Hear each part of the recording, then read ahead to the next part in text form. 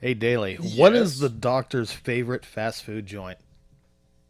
Ooh, that's a good question. I have no idea. Sonic. Oh, Planet of the pudding brains.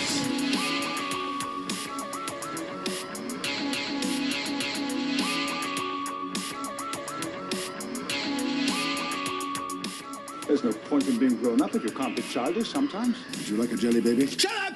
hello and welcome, Whovians. Grab your sonic screwdrivers, grab that 12-foot scarf, wrap yourself up in it, pull the lever on the console. Yeah, on the console.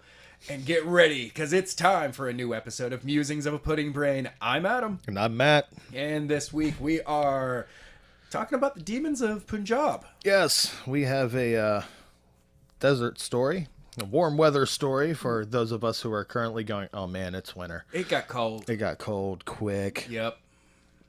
But Ugh. yeah, this is also kind of the getting to know Yaz episode. There's a lot of exposition and backstory as to her family and kind of where she comes from and Character development. character development from her and Graham being pragmatic as ever. Yes. It's like, okay, well, we're doing this. Fair enough. Let's So go. we're here for this. Okay. Yeah. So the episode opens up at a birthday party for Yaz's grandmother, Umbreen, Who is old?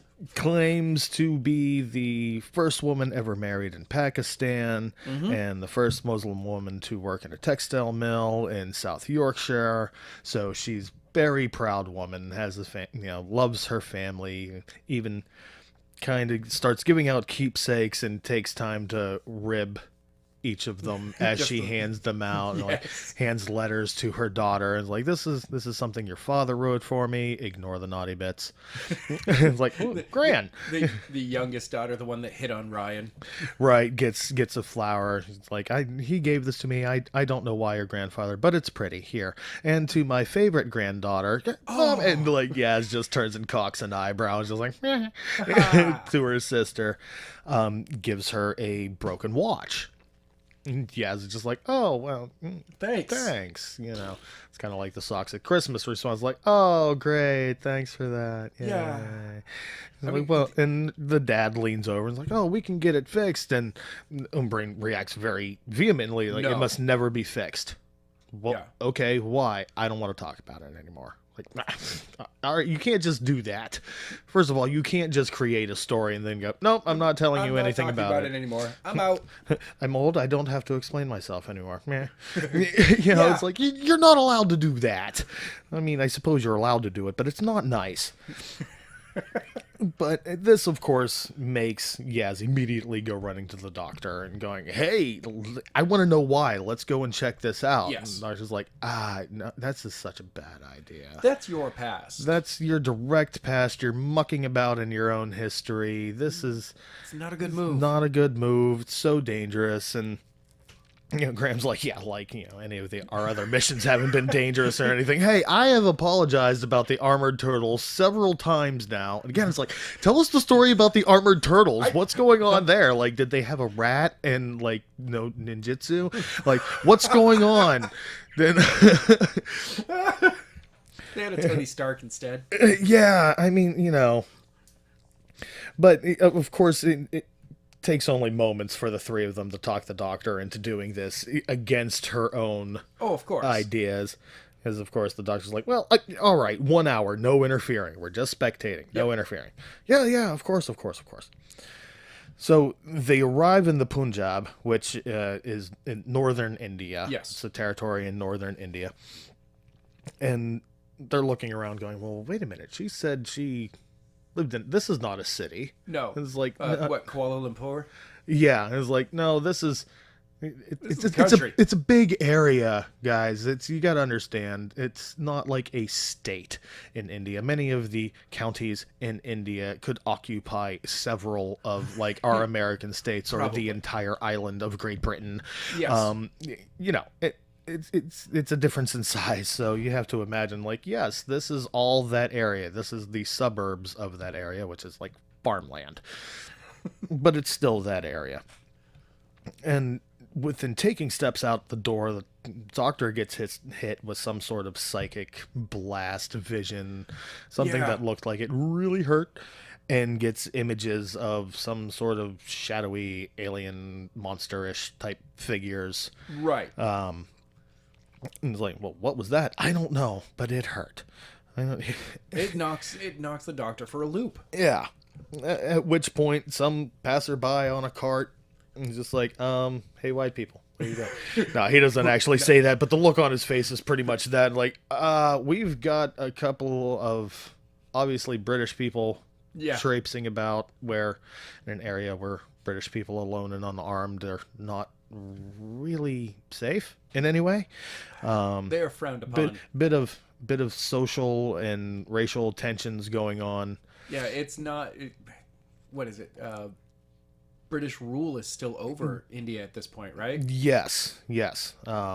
Which is why a lot of Indians did not like British people a whole heck of a lot for various reasons. Funny I how don't conquered understand. people don't tend to care for What? their overseas rulers. That doesn't make sense. But they, he warns them that, it's dangerous in the area. I can give you a ride.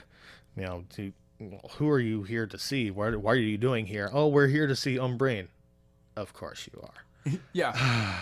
Okay, get in the cart, and just kind of sighs like, of course it's Umbreen. Why? So it's like, okay, so Grant's a troublemaker and gets into some Yes. some crap here and there, and this dude obviously knows who she is. Is like, okay, let's go.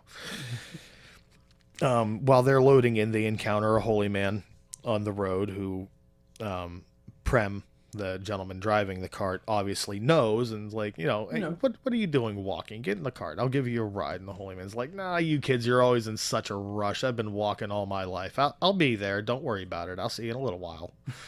Like, okay. And away they go. I like the right away, like, Prim is just like, and I'm already late. Yeah, she's gonna kill me. Yeah. But as we see the holy man, the camera pans back and we get a little shot of the same creatures the doctor saw, very impractical spiky shoulder armor going on. Don't really understand why anybody has impractical shoulder armor. It's supposed to be scary looking. Yes. And we'll assume it's armor and not actually part of their bodies, because Yeah, stranger things have happened in the Hooververse.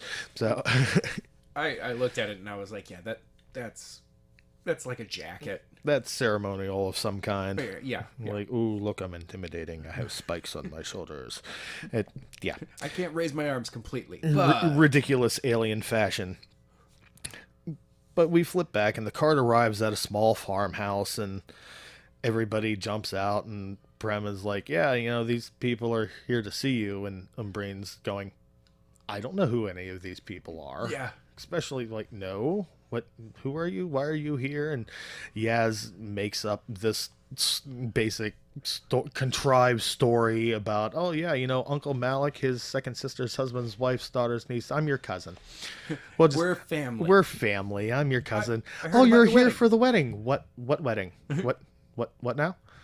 Oh yeah, it's tomorrow. Doctor's like, yes, of course, the wedding. We're just here to wish, happy wedding, happy wishes, yeah, and we're here just to heading observe. out, right? Wink, Yeah. wink, like big eyes at Yaz, like, get the idea. And of course, Yaz is like, oh great, well, when do we get to meet the groom? And Prem's like, hi, remember me? Cart with flowers. Yeah, this We guy. met this guy. And I'm the groom. Yaz immediately is dumbfounded, like, that's not my grandfather. Yeah. What's I'm like, going on here? oh. Uh-oh. Ooh. Gran's got a past. Yep.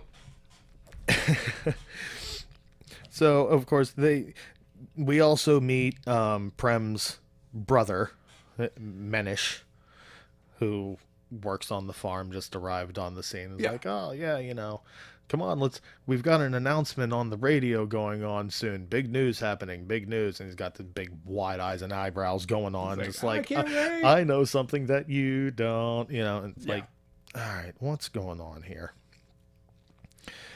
And he goes off to grab something. Everybody else pretty much goes inside except for Yaz when he comes back by with some flags of some brightly colored something or another. Yeah. He's like, "Hey, why don't you give me a hand with this?"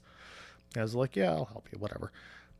And they go off. He's like, "Big news today. This is a big deal." And they go off, and the doctor's pretty much going, "Okay, we have to be like really careful here." Yeah. But Something's happening. should we go inside? Yeah, let's go find out what's going on. What are they talking about? And they get inside to find out that the big announcement on the radio is announcing the partition of India. It is August 17th, 1947, Yes. where pretty much the British government, in compliance with what they believed people's wishes were basically creating Pakistan Yes. out of the northern clip of India, where the Muslim population could go and be separate from the Hindus, because of course religious conflict. Hindus don't eat cows; they see them as holy, creatures, Yes. and Muslims are like, burger, bring it, and Oops. hold the Wrong thing. bacon, but give Yeah. me the burger. Yes.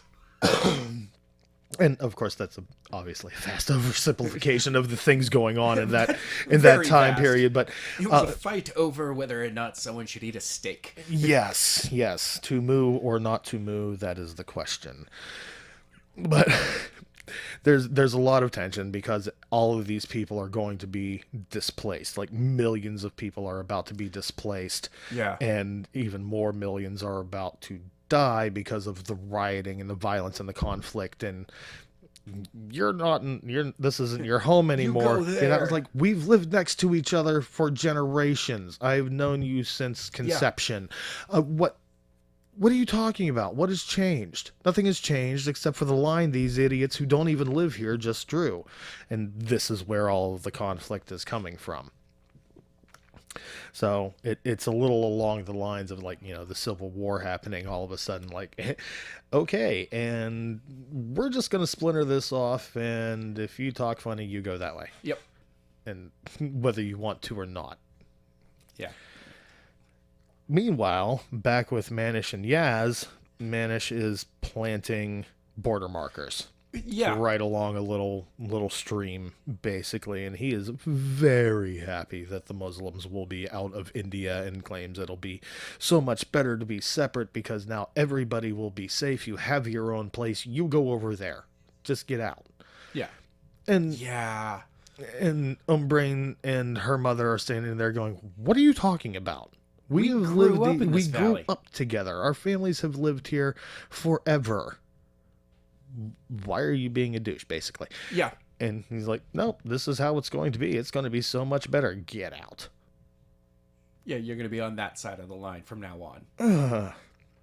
Yeah. At this point, the doctor is hit by another psychic blast while everybody's arguing, and everybody turns and sees the quote unquote the demons standing on a hillside. And again, they're black clad, creepy looking.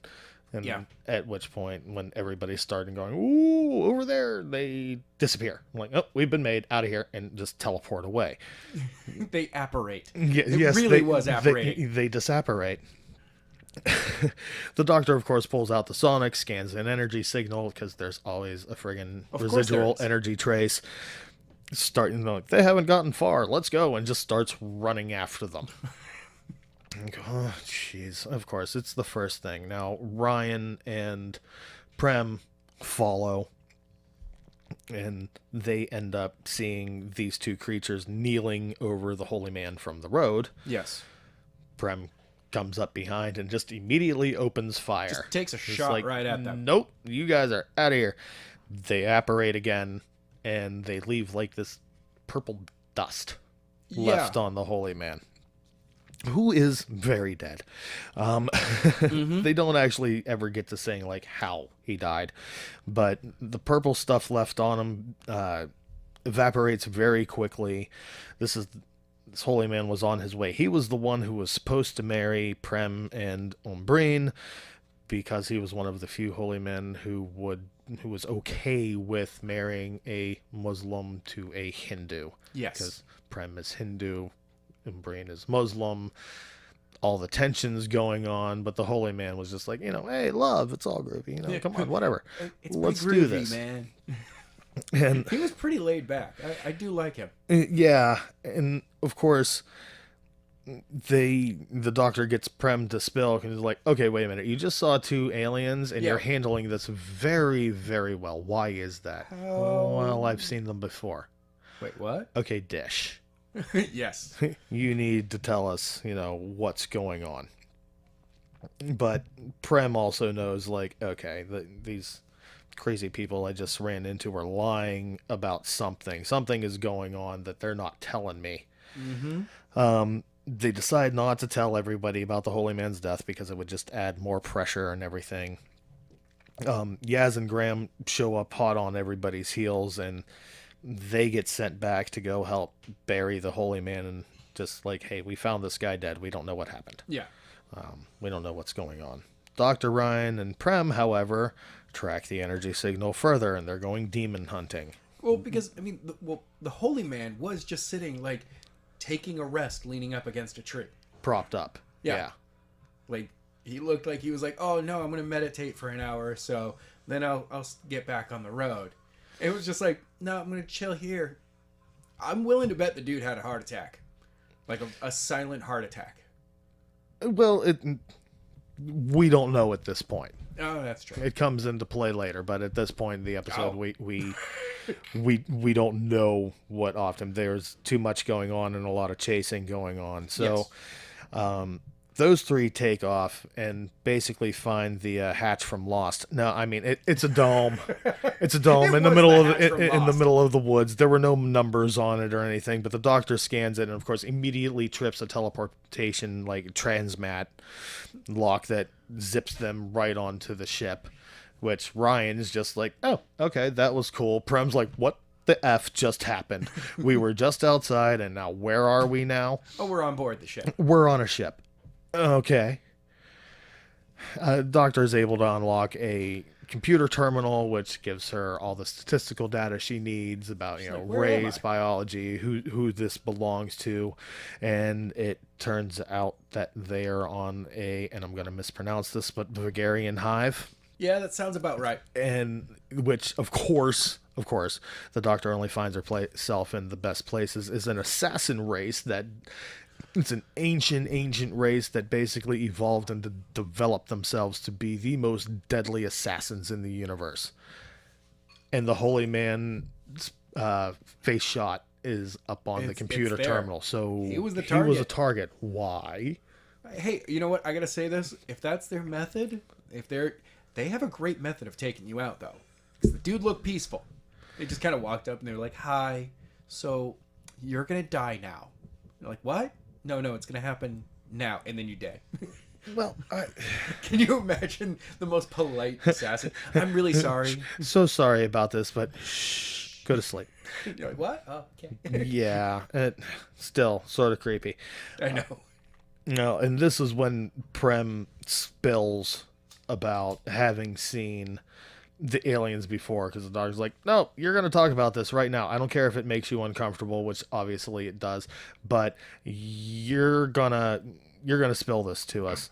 And it's like, okay, yes, I've seen them before. It was back during the war. When I was in Singapore.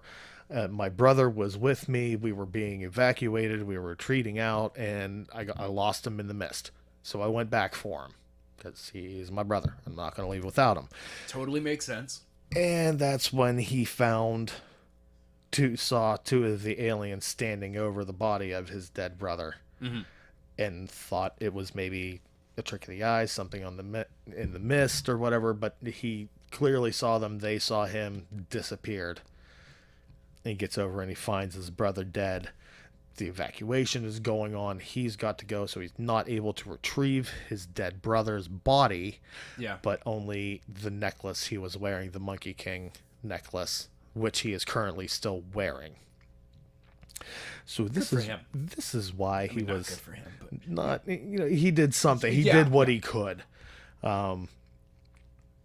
But it explains why whenever he saw the aliens over the Holy Man, he just up and fired like there was no question. Like, You killed my brother. I'm going to kill you. you killed my brother. Prepare to die. I am Prim. And You killed my brother. at this point, at the end of this exposition, for some reason, because nobody tripped anything, a cylinder pops out of the center console. Just randomly, like, hey, look at me, I'm important. And it's filled with the same... MacGuffin. Yeah. Right. Deus Ex Machina. The cylinder, of course, is filled with the same purple dust they found on the Holy Man. Right. And the doctor, being the doctor, is like, oh yeah, gonna investigate that. Yoink! And just Indiana Jones is the monkey statue right off the pedestal. Immediate alarms go off, and the aliens are very quick to show up. And be Yes. like, you have desecrated the hive. What's going on here? Yeah, you need to give that back to us. That's ours. Stop it. And the doctor pretty much tells him, okay, first of all, if you really don't have to push your thoughts into our heads like that, that'd be awesome because it really hurts. Yes. But otherwise, you're the ones who have desecrated this planet. I will not let you come here and hunt. I know who you are. And at that point, the doctor hits the Sonic and teleports the three of them out of there. They immediately start running through the woods. Ryan and Prem take like 4 steps and trigger some sort of teleport booby trap. Yep. Which the doctor then goes, oh, clever, and confiscated, and like yoinks it right off the tree. I'm like, why didn't it trigger when her hand went over the front? Let it go. Don't worry about it. Chase ensues. Doctor keeps grabbing these things off the trees as she sees them. Again, somehow we're going to assume the sonic screwdriver is in play here because how she just can traipse through the woods and not trigger any of them. And have so many just rattling around in her pockets. And nothing gets teleported. We'll just, it's the doctor, accept it. Yes, exactly. Meanwhile, back at the ranch, while all of this is going on, It really is, meanwhile, back at the ranch. Manish and the great-grandma are kind of going back and forth and sent to get the holy man's body. Grandma really does not approve of the wedding. She keeps talking about what horrible omens follow Prem around and his family is cursed, and Manish is like, I'm right here. Yeah. Come on. I don't particularly care for this either, but, F you, lady. And She did push a couple of buttons. well, she did, but he pokes back, and they're back and forth about, was this holy man killed specifically to prevent the marriage? And they bicker back and forth, but eventually Manish and the grandma are sent off to actually retrieve the body and start the burial process. Yaz has a little bit of a heart-to-heart with Graham about her grandmother and going, I don't understand what's going on. Did she really have a secret Hindu husband? Why didn't she tell any of us about this? And Graham's like, she's an old lady. She's entitled to her secrets. And you know what? And, she didn't lie to you. No. So far that we know, she hasn't lied, but, maybe she didn't want to tell the story. Maybe it's hard. Graham just being kind of the voice of practicality and reason once again, just taking the, it could be anything. He's you also really don't know. the voice of someone older going, no, seriously, I have secrets in my past that I don't ever want to talk about. Like, this could be one of hers.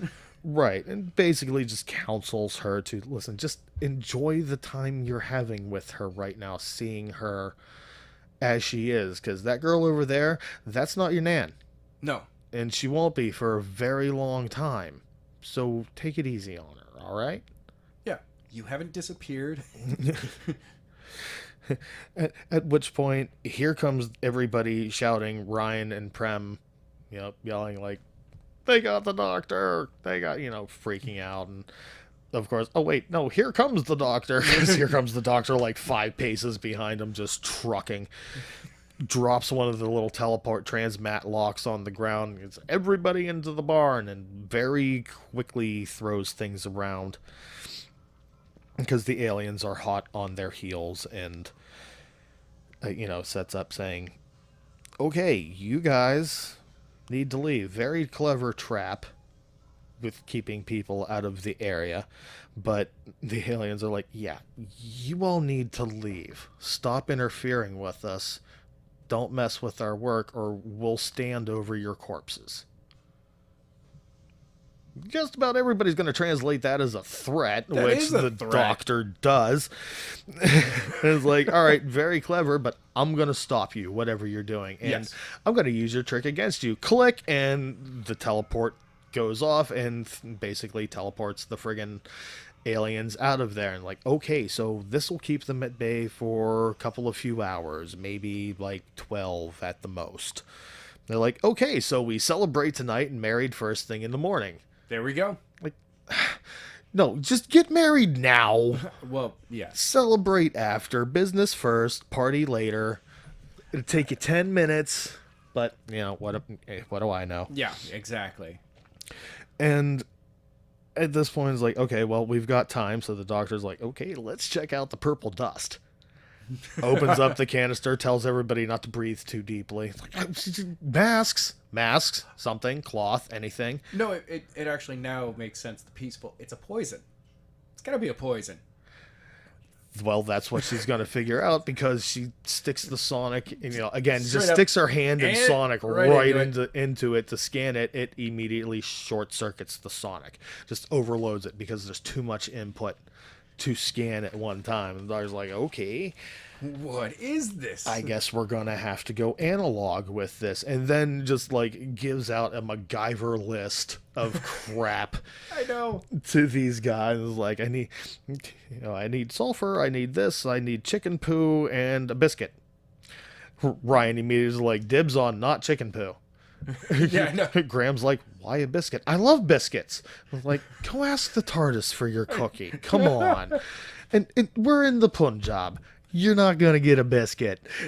You might get something close to a biscuit, but you're not going to get a biscuit. Someone God. shows up and they're like, "Here's a biscuit." Here's and a you're like, biscuit. "Oh, come on!" Why? Because she's the doctor. Yeah. Oh, of course, she rigs up this chemistry set that is somehow going to do the same work that the sonic screwdriver was intended to do, and just says, oh, this will be it. This will take a couple of hours, so we've got some time. At which point, they're like, okay, it's, stag night. Women come with me, with, Men go over Umbrine there. and Gran, and the men go off to Prem's house, and we'll do this. Now, this is where we get just a little bit more background about the families involved, because we flip to the ladies, and I can't remember the art style, but they're painting the symbols on the hands. Yes. And the artwork, and Umbrine is teasing her mother about it being terrible work, like this is a terrible design, and her mother is back. Well, some of us prepared a body for burial today. Maybe my drawing would be a little better.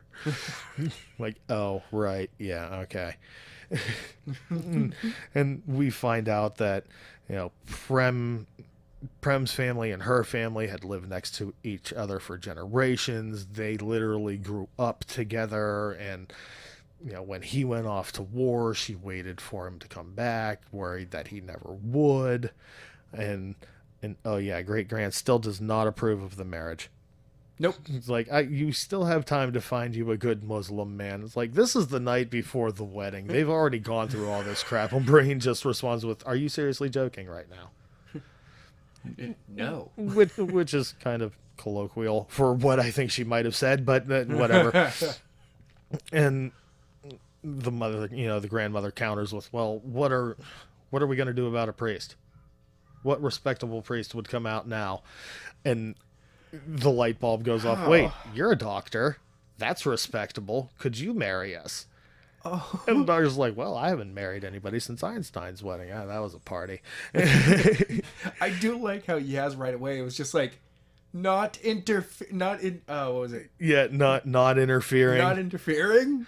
It was just like, doctor, you set all these rules, and now you're going to be the one that marries them. Yeah, and like, It's okay. It happens. And we flip to the stag party, which seems to be quite the ruckus. Yeah. Basically, Manish has been cleaning out everybody else at the card table. They never say what game they're playing, but No.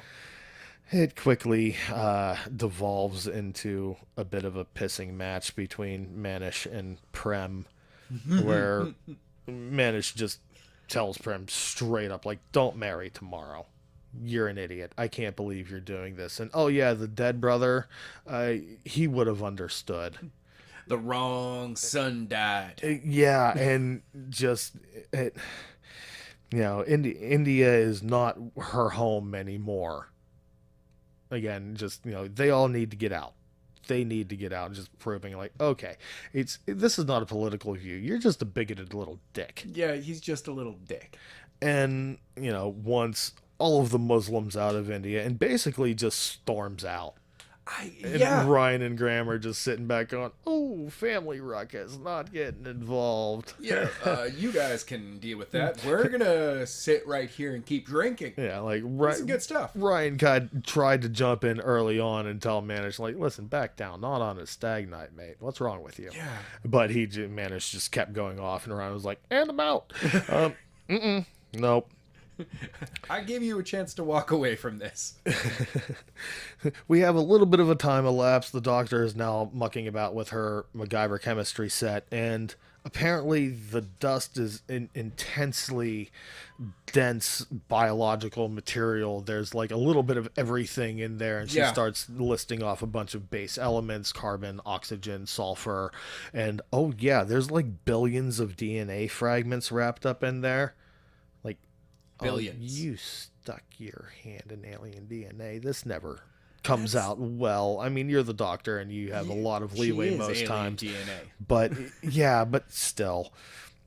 You just put your hand in a billion people. That's disgusting. That's the wash your hand off. Yeah, go wash your hands. You just stuck your hand in an urn.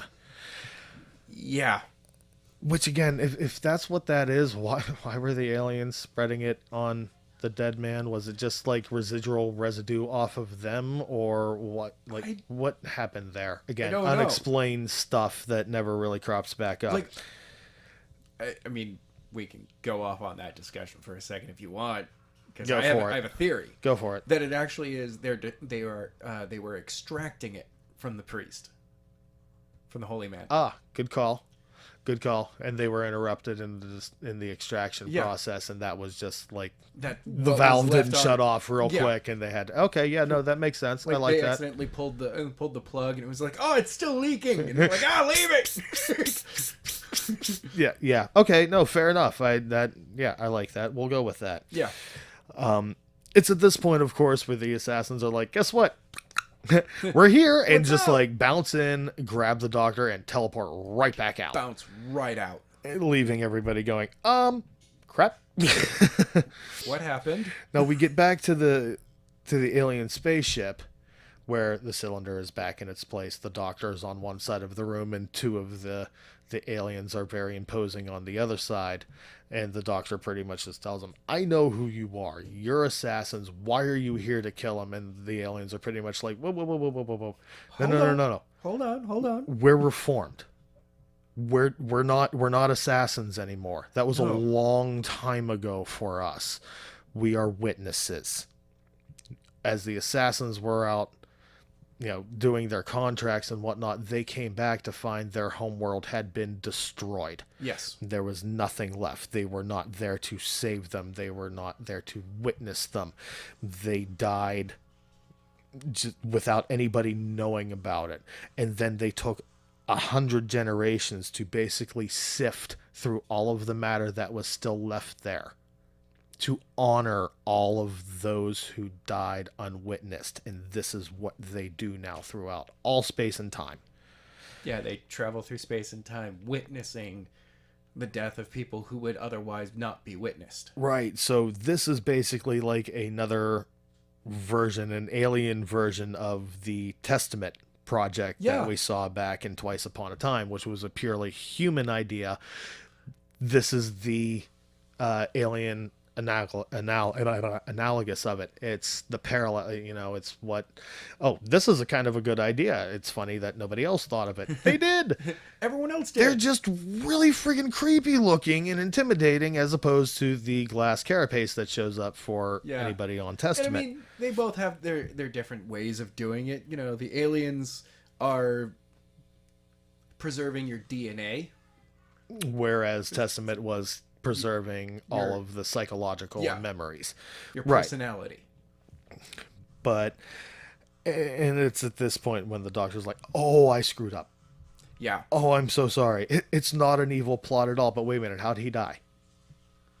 And why are you still here? Is it me? Because at first she accuses them of being coming there to assassinate her, and is like, am I the target and whatnot? And they show her Prem's picture. Yes. Like, we are here to witness. Oh, he's gonna die. Oh, crap. The doctor, we flip back. And, they pretty much say, listen, we don't interfere in any way. We don't influence the events. We are purely witnesses. And, yeah, he dies today. Yeah, it's going to happen. So the doctor goes back and has to very quickly fill in the rest of Team TARDIS that this is what's going to happen.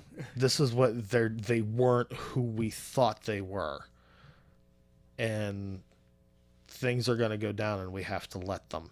So it's the same thing as what happened in the Rosa episode, where it's like, we're part of this, but we have to let it play out. We can't do anything to change. Otherwise, there will be no Yaz, and there can't be a universe with no Yaz. That's unacceptable. Exactly. And the doctor just says, yeah, this is going to be hard. And we flip back to wedding preparations. Umbrine is with Yaz and the ladies, and it kind of concentrates on Prem getting ready with Ryan and Graham. And Graham's kind of teasing him. He's like, yeah, you still look like a rookie field scout. Doesn't matter how much you clean up. And you're like, well, this is the best clothes I have, guy. Leave me alone. And they hear on the radio about the riots intensifying in the cities, and people basically being told, don't go outside. Don't hunker down, barricade yourself in, don't go anywhere. Make contact with nobody. Yeah. And Prem opines that people are basically idiots, and this is stupid. We've lived together in peace for this long. Why are people just completely losing their minds? There's nothing worse than when normal people just succumb to madness like this. And Graham pretty much just tells him, listen, the only thing you really can do is to strive to be a good man. And Prem, you're a good man. And he starts tearing up because he's realizing, yeah, this is probably the last thing I'm really going to say to this guy. Yeah.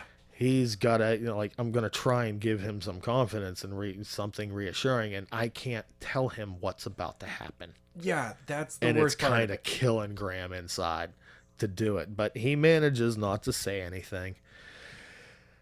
And we go out, and Umbrine has picked the wedding site, which is the border marker. It's right on the border. And she's, Prem is like, here, you want to get married here? She's like, absolutely, I'm going to be the first woman married in Pakistan. Check one. Check one. That Graham did not lie about that. Right. And it's kind of a mashup between Muslim and Hindu wedding. They do the wrap. Yaz is asked to bind their hands. Yes. Which is very much part of a Hindu ceremony. And Umbrine's just like, we make our own traditions. It's our own thing now.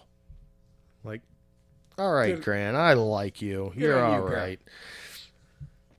And the doctor finally has one of the monologue moments. There's always at least one. You gotta have one in an episode where she's giving the benediction over the marriage, and just basically says, you believe in love, and it's something that I believe in my religion as well. is love, and love in all its forms is the most powerful weapon we can have, because love is a form of hope, and like hope, love abides in the face of everything, just like you two have in the face of everything. You basically told it to toss off, and we're doing this. This is our wedding. And it's all about us. And they go to we flip to the reception where Umbreen is giving a very heartfelt thanks to Manish, who worked very hard. And she mentions a drought that almost did in both families, where he took like no food during that time so that others could eat, and worked tirelessly. And thank you so much. You fed us. Can I feed you? And like goes to hand him a little cake, and he basically tells her to bugger off. He did not do any of that for her and her family. He did it for his brothers, and he wishes that the other brother had come back and that Prem had died. Yeah, like, because then he wouldn't have to deal with basically he went, yeah, I don't have to deal with you Muslims. Yeah, but he doesn't say it. It's just basically like, I don't want to no, you don't belong here. You've never been part of my family. I've always hated you. And it's just like, no, what you hated is that your big brother passed away. He didn't get to say anything about it. And Prem, who's going to marry Umbreen. Yes, Umbreen. That he gets the happy ending. Right. And you feel that that's not what he deserves at all. Right. And I have a feeling there's also a little bit of younger brother spite going, why does he get the pretty girl? Yeah, that too. Because, wow. Yeah. Grandma's hot. Oh, he storms off. And at which point Prem is like, well, to him, yeah, we're going to do, you did something Hindu for me, I'm going to do something Muslim for you, and basically gives her a bridal gift, which is his watch. And says, I don't have much, but this is for you, this is your present. And as they're handing it off, it drops, falls, and cracks. Check 2. Yep. So that's how the watch breaks. And everyone's like, oh, I'm so sorry. And everyone's like, no, it's perfect. This is us right here. This is our frozen moment of time. Where it's all about us. Like, oh, she saved it, the sentimental reason. So this is why the watch can never be fixed. Because it's them at that exact moment. Right. And while we're having this very happy moment, the doctor has followed Manish as he has stormed out, who has then gone and grabbed Prem's rifle. Yes. And is about to go out, and she straight up confronts him about, oh, so is that what you used to kill the holy man? Because I know you did it. Ooh. And he just stops then and like, yeah, I had to. What kind of holy man would make a mongrel marriage like this? This is what I'm here for now. This is my fight now. This is where I get to defend what I believe in. And he really just sounds like a little kid going, meh. Yeah. This is my clubhouse. You can't be in here anymore. Well, it also sounds like I've been the man here for so long, and then he just gets to waltz back from the war and take over? No. Right, and he's not backing my play. He's telling me I'm dumb. Well, kid, which you kind of are. Yeah. And in the meantime, Manish has put the word out to a bunch of his quote-unquote friends about the wedding. Yes. And they're pretty much on their way. So, with horses coming up the trail, literally, the ladies start grabbing everything they can just to bug right out. Yes. And there's a quick aside where Yaz sees a map on the wall with a little thumb pin in it. For Sheffield. For Sheffield. She's like, really? And Umbreen's like, yeah, my dad got that at the market, and I just threw my finger down and said, wherever it lands, that's where I'm going to go. And it landed on Sheffield. Yeah, it's so exotic sounding, isn't it? It's in England. Have you heard of it? Yeah. And Yaz is like, yeah. Yeah, exotic, not so That's much. why But you went to that's Sheffield. why you went Okay. All right, all right. But and they grab as much stuff as they can, and Umbrine and her mother basically run for the border, and not for tacos. No. The rest of Team TARDIS start to head towards the TARDIS because they're like, okay, this exit stage left. This is where we we're have to done walk. interacting. We're out of here. We know what's about to happen. Yeah. We can't interfere at all. And we can't be here when they show up anyway, because that's not good for us. Right. Prem, meanwhile, goes to confront the men, and Manish is right at the head of the line. And it's like, they're looking for people who don't belong here. And Prem is like, this is my home. This is my lands. Everybody's welcome here. Yeah. Click, click, click, click, click, click. It's like, not the answer they were looking for. Rifles are loaded and cocked and ready to go, basically. And there's back and forth between Prem and Manish, and like, why are you being a dick? Well, because I don't like them. They don't believe what I believe, and they should be somewhere else. And this is our chance for a new start. And Yeah. Yeah. I can't let them through. I can't. It can't happen. No. I can't let them by. You're gonna have to force me. And that's when a rifle is leveled, and Team TARDIS is watching in the distance, and almost looks like they're about to make a move, like break all the rules and go, when the aliens show up in front of them and just go, we'll watch over him now. And the doctor's like, oh crap, yeah, we gotta go. And they all turn and walk away so they don't actually watch Prem get gunned down. Nope. And because right after that, like as they turn and start to walk away, you hear the crack of the rifle. right, and know that he just died. It's like, oh, and that's where Prem exits stage right. Correct. And like the doctor tells Yaz, she got away, meaning Umbrine and her mother. They got away. We go back to real time, quote unquote real time. Yes. Present time for the companions. Right. We'll go with that. And Yaz is sitting down talking to Umbrine, Nan. Nan. And just kind of smiling, going, yeah, you're kind of a badass. I just, and tells her as much, basically. Like, it amazes me to think of, are you happy with your life? And Umbrine just kind of smiles, like, why would you ask me that question? Well, just, your journey, so many countries and everything you've been through. Like, now speaking to her with much more appreciation, since she just went through it 5 minutes ago. Like, it's pretty fresh. It's my heart's still beating a little bit from that. Okay, you can still smell the curry on me. Yeah. Okay, it's that fresh. And of course, the grandmother smiles and tells her, like, of course, because it brought me here. It brought me all of you. It brought me my family. yes, It may not have been as exotic as I thought it was going to be, but it brought us what we needed. And I've had a good life. Did you want to hear about the watch? And Yaz kind of smiles, like, no, I'm no, good. that's okay. Maybe some other time. Just, I love you. And and hugs, and end. Love all around and end. Oh, it's a once again very uplifting story.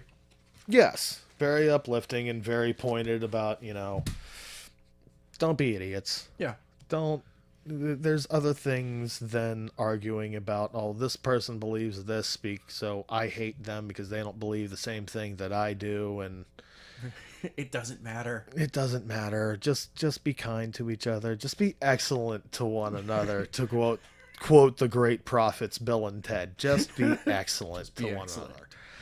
And that's the general theme that the doctor usually tries to bring along anyway. But it's another one of those, sooner or later, you need to stop letting people talk you into doing things you shouldn't do and go places you shouldn't go, because something's going to happen. Yes. You're going to get into trouble, but then you wouldn't be the doctor either. So Exactly. I was gonna say, I'm like, every travel, there's always some trouble to get into. Right. Oh yeah. Also, did you catch in the end credits the outro music. Oh, I didn't show you that? Oh, because our... No, I missed that. Okay. It is sung. And it is the Doctor Who theme sung in an Indian style. Oh, okay. I was just like, and it's one of those that it's absolutely beautiful, and you won't realize it until you really like take a moment and truly like, okay, oh, there is the bends, the bend to the notes and stuff, Yeah. and you're like, oh, okay, now I hear it. But it's absolutely beautiful, and everyone go just check out that YouTube video for a little while too. After finishing this YouTube video first. And hitting the like button. And the Yes. subscribe button. Exactly. And, share it. Yes. And like us on Facebook. Okay. And on Twitter. And and catch us next time when we discuss Kerblam. Yes. And remember to keep your eyes and ears out because you never know where or when the Doctor's going to turn up next. You guys have a great week and be excellent to each other.